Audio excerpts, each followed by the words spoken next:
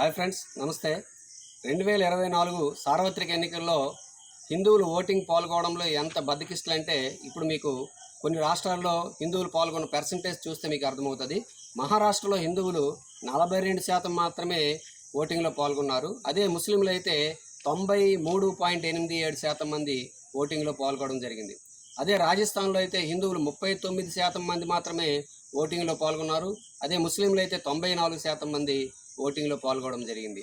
అలాగే పశ్చిమ బెంగాల్లో హిందువులు 37% మంది మాత్రమే ఓటింగ్లో పాల్గొన్నారు. అదే ముస్లింలు అయితే 95% మంది ఓటింగ్లో పాల్గొన్నారు. అలాగే ఉత్తరప్రదేశ్లో హిందువులు 38% మంది మాత్రమే ఓటింగ్లో పాల్గొన్నారు. అలాగే ముస్లింలకు వచ్చేటప్పటికి 92% వరకు ఓటింగ్లో పాల్గొన్నారు.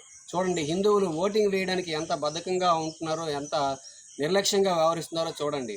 ఆ మధ్య ఆర్ఎస్ఎస్ వాళ్ళు జనజాగరణ వేదిక తరపున ఎక్కువ మంది అందరూ ఓటింగ్లో పాల్గొవాలని జనాలని అవేర్నెస్ ప్రోగ్రాం పెట్టి అవేర్ చేస్తుంటే మేము అనుకునేవాళ్ళం, ఎవరు ఓటు వాళ్ళు వేయరా, ఈ పాయింట్ మనం చెప్పాలా, అందరూ ఓటింగ్లో పాల్గొని అని చెప్పాలని అనుకునేవాళ్ళము. కానీ ఈ పర్సంటేజ్ చూస్తే ఖచ్చితంగా ఇంకా బాగా హిందువుల్ని, అంటే భారతదేశంలో ఉన్న ప్రతి ఒక్కరు ఓటింగ్లో పాల్గొవాలి, కానీ అందరికంటే తక్కువ శాతం ఓటింగ్లో పాల్గొంటున్నది హిందువులు. కాబట్టి హిందువులు ఎందుకు అలా తయారయ్యారు? మనం హక్కుల కోసం పోరాడుతాం, మరి మన బాధ్యతలు మనం నిర్వర్తించాలి కదా.